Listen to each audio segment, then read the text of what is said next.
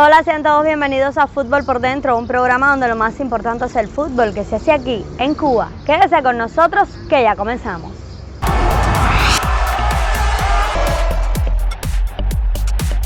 Y así comienzan nuestros 27 minutos semanales y hoy estaremos hablando de la actualidad del fútbol cubano. Una actualidad que nos lleva a acercarnos al premundial de futsal que comienza en cuestión de horas en Nicaragua. También comentaremos sobre los dos partidos amistosos disputados por la selección femenina ante su similar nicaragüense en la primera quincena del mes de abril. Con un plantel totalmente renovado en relación a la edición precedente y tras completar una buena etapa de preparación que incluyó una base de entrenamiento en Venezuela, llega la selección nacional de futsal al premundial de CONCACAF con sede en Nicaragua. Ubicados en el grupo B del torneo, los cubanos debutarán este sábado 13 de abril frente al elenco de Canadá. Un día después se las verán con los anfitriones nicaragüenses, mientras el lunes 15 de abril cerrarán la fase de grupos contra el representativo de Panamá. Un buen resultado en el debut ante los canadienses será fundamental para llegar con confianza y sin tanta presión al segundo choque, donde el conjunto pinolero tendrá el respaldo de su afición y buscará a toda costa quedarse con el triunfo. Por calidad individual y forma física, Cuba tiene para sacar adelante sus dos primeros partidos y llegar con los deberes hechos al encuentro con los canaleros. A priori, el favorito para liderar la llave y candidato de peso a conseguir uno de los cupos al Mundial. Sin embargo, una cosa son los pronósticos y las expectativas de jugadores y entrenadores y otra la realidad competitiva. En los últimos dos premundiales, Costa Rica 2016 y Guatemala 2021, el elenco cubano no comenzó con el pie derecho a la fase de grupos y eso trastocó los planes del cuerpo técnico, que si bien en 2016 logró reconducir la situación y alcanzar el objetivo de clasificar al Mundial, no sería así en 2021, cuando se registró la peor actuación de Cuba en estas lides, al perder en sus 3 presentaciones de la primera ronda.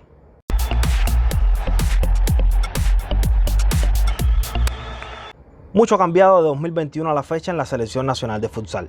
Desde el cuerpo técnico a la plantilla, la renovación ha sido casi total y habrá que ver cómo se desarrollan cada uno de los elementos en sus nuevos roles.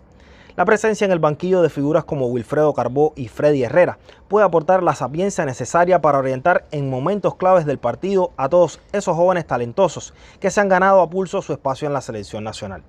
Mientras, en la cancha se espera muchísimo del ala pívot Diego Ramírez, único jugador con experiencia en premundiales y mundialista en 2016. Luego de no ser tenido en cuenta en el anterior proceso, cuando daba sus primeros pasos en el futsal español, Diego se sumó al plantel durante la base de entrenamiento en Venezuela y allí dejó muestras de su talento en los amistosos ante clubes de la liga local. Otros jugadores de los que se augura un rendimiento sobresaliente para alcanzar la 6ª clasificación mundialista son el arquero Leonardo Hierrezuelo, las alas Iduan Martínez y Dayan Cotilla y el pívot Jonathan Hernández.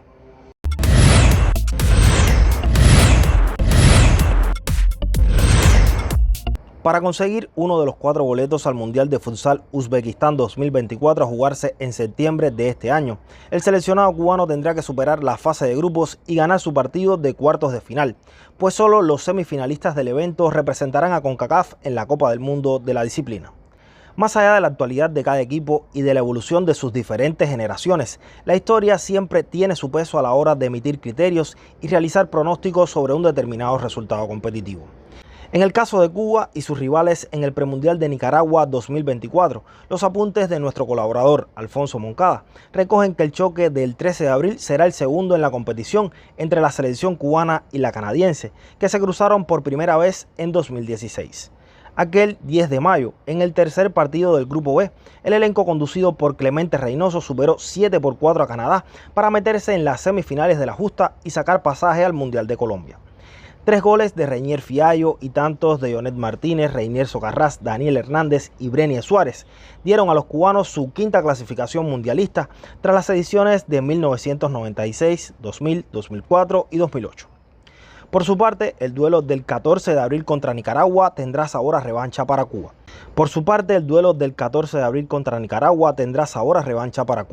Pues el conjunto pinolero amargó el debut del elenco criollo en 2021 al imponerse 4-1 en aquel desafío disputado el 3 de mayo en el domo polideportivo de la zona 13 de la ciudad de Guatemala. El primer duelo entre cubanos y nicas databa del premundial del 2000 en Costa Rica, cuando los conducidos por Clemente Reynoso golearon 9-2 a los centroamericanos un 22 de julio. La historia contra los panameños comenzó en el premundial de Costa Rica 2004 con un éxito de 2-0 de los de la Mayor de las Antillas el 25 de julio. 4 años después, en Guatemala 2008, los cubanos volvieron a imponerse 4-1 en semifinales y avanzaron a la discusión del título. La única victoria panameña se produjo en las semifinales del premundial Costa Rica 2016, cuando los canaleros se impusieron 6-5 en el desafío jugado el 12 de mayo. Aquel choque comenzó de cara para los panameños, que en los primeros 14 minutos ganaban 3-0 por los goles de Michel de León y Ángel Sánchez. Cuba descontaría con la diana de Denis Márquez a los 15 minutos, pero nuevamente los canaleros batían a Brenier Suárez con el disparo de Carlos Pérez al cierre de la primera mitad. La segunda parte sería completamente para los cubanos, que pusieron en aprietos al plantel que en ese momento dirigía el desaparecido entrenador cubano Agustín Campuzano, con los goles de Yonet Martínez, Sandy Domínguez, Denis Márquez y Reinier Fiallo. Durante un minuto, los guiados por Clemente Reynoso estuvieron en la final, pero el remate de Carlos Pérez a 6 del final decretó la igualdad a 5 en el tiempo reglamentario. En tiempo extra, los panameños pusieron candado a su valla y con el gol de Fernando Mena en el minuto 42 lograron su clasificación a la final del premundial.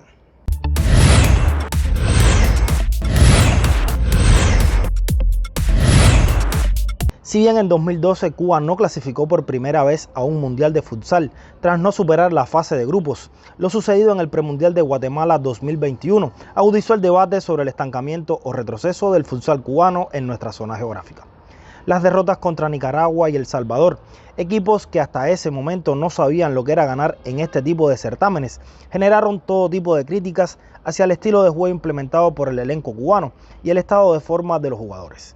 Mientras, el fracaso contra Estados Unidos decretó el fin del ciclo de Clemente Reynoso al frente de la Selección Nacional de Futsal y el adiós al equipo Cuba de un grupo de jugadores con experiencia, pero en proceso de declive en su carrera deportiva. Un empate sin goles y un revés de 3-0 fue el saldo del periplo de la Selección Nacional de Fútbol Femenino por Nicaragua.